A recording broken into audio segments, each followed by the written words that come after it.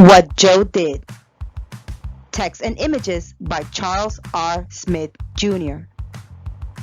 Genre: fiction. Fiction often has characters and events that seem real. As you read, try to picture the story taking place where you live with people you know. Little Joanna Marie loved to play basketball. She especially loved the sound the ball made as it fell through the net. She would practice every day, touching the backboard as often as she could. Since Joanna's parents had no idea how high a basketball rim should be, they hung it on the side of their roof, which was a whopping 16 feet high. Joanna saw rims on TV and figured they looked about the same height as her own.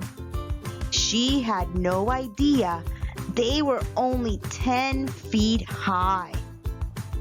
Joanna also didn't realize that most people couldn't jump up and touch the backboard because she hadn't ever played with anyone else. But her parents marveled at how high she jumped and how she could run up to the backboard with the ball and lay it up and in. Her father was especially proud because he couldn't even touch the bottom of the net, not even with the help of a broom. One day, Joanna, her hair bundled up under a baseball cap, was dribbling her basketball on the way to the store to get some sugar for her mother. Her mother said that she didn't have to hurry home as long as she was in by dark. As Joanna moved down the street, a basketball came rolling out of nowhere and bumped her high tops. "I'm sorry, man. I didn't mean to hit you with the ball like that," said a young boy dressed in sneakers, shorts, and a Bulls tank top as he picked up the ball. "Oh, that's okay. I wasn't even paying attention," Joanna said. "Hey, when do you want more to play a game? You in?" he asked her. "Sure, why not?" she responded. As Joanna approached the other boys, she remembered that she had her hat on. "They probably think I'm a boy," she thought. "Might as well enjoy the ride."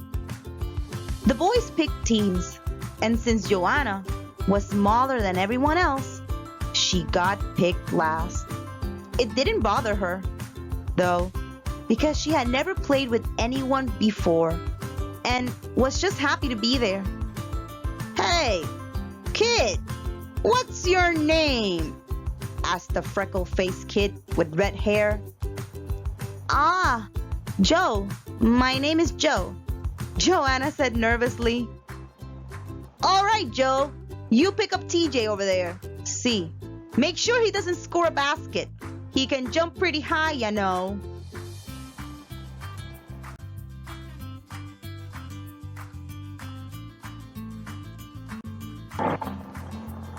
Joe moved around, not really touching the ball at first, just trying to get a feel for playing with other people. She had never even passed the ball or received a pass herself. Playing with others took getting used to, but in no time, she was passing the ball. The only thing that puzzled her was why the hoop was so low. Even though the boys passed the ball around, and a lot, TJ didn't really touch it much. And when he did, he didn't take a shot. Finally, he was wide open for a jump shot when Joe came out of nowhere, jumped high into the air, and swatted his shot into the next court. "Whoa! Did you see that? Did you see how high he jumped?" the freckle-faced kid said, his mouth wide open. "I've never seen anybody jump that high, not even Michael Jordan," said the kid with the Bulls jersey on. "Unbelievable! Where'd you learn to do that?" "Oh my goodness," Poor TJ. Hey, I got fouled. And besides, it wasn't even that high, said TJ. But his face was so red that he couldn't hide his embarrassment. It's just something I picked up. I practice a lot with my dad, Joe added, surprised at how big of a deal the boys made of her block. Man, you must have some dad, one of the boys said. The game continued, and Joe was passed the ball more often. Her teammates encouraged her to shoot more, and when she did, they were amazed how the ball arched and in the air like a rainbow before falling straight through the hoop without touching the rim. As the game progressed, Joe felt hot, but she knew she couldn't take her hat off, or else she'd be found out. Whenever a boy got the ball and Joe came over to play defense, he quickly passed the ball away. Joe blocked a few more shots, which created more oohs and ahs. And one of the boys on her team asked her if she could dunk the ball. Dunk? What's that? Joe asked. This was a word she had never heard before.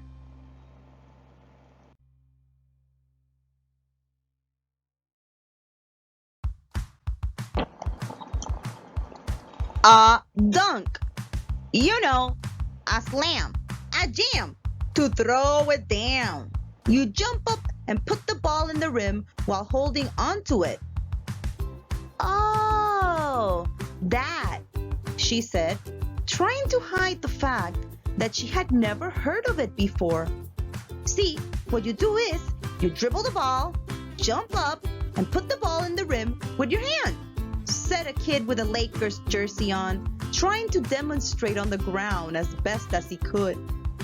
You guys, can we finish this game? It's getting dark and my mom wants me to go home soon, TJ said, still upset that Joe was getting all the attention and that his shot was blocked.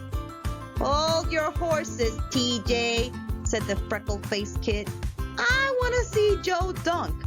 I bet that he can dunk it better than Michael can. Well, I'll give it a shot, Joe said, curious herself to see if she could dunk. She stared at the half court. She started at the half court, dribbling the ball quickly, and headed straight for the rim. As she approached, she remembered how high her basket was and realized that this one was much lower. Maybe she could jump a little farther out and dunk the ball through. As she got to the free throw line, she lifted her left leg up and went flying into the air till she was so high she was looking down on the hoop. Now all she had to do was put the ball in the rim with both hands. She was up there for a while before she felt her hands on the rim, the ball going through, and her feet touching the ground. When she landed, all of the boys' mouths were hanging open, and for one moment, they were speechless.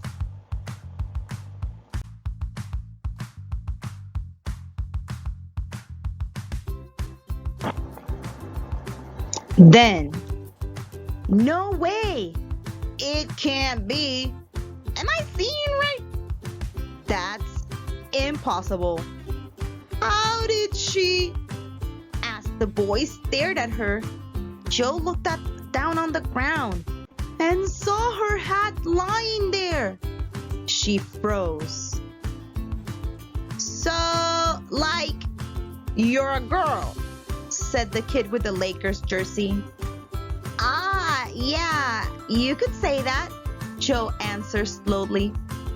I can't believe it. You guys, we've been playing basketball with a girl, TJ said with disgust. Hey, She may be a girl, but I play on her team anytime. The kid with the Bulls jersey approached Joe and gave her a high five. After that, they congratulated Joe and introduced themselves. They even came up with a nickname for her, Jumping Joe. In the end, TJ walked up to her and apologized. "Sorry, Joe," he whispered. "I just never played against a girl before, especially a girl as good as you. I've never seen anyone who can jump like that. You should come and play with us again sometime. But next time, leave the hat at home."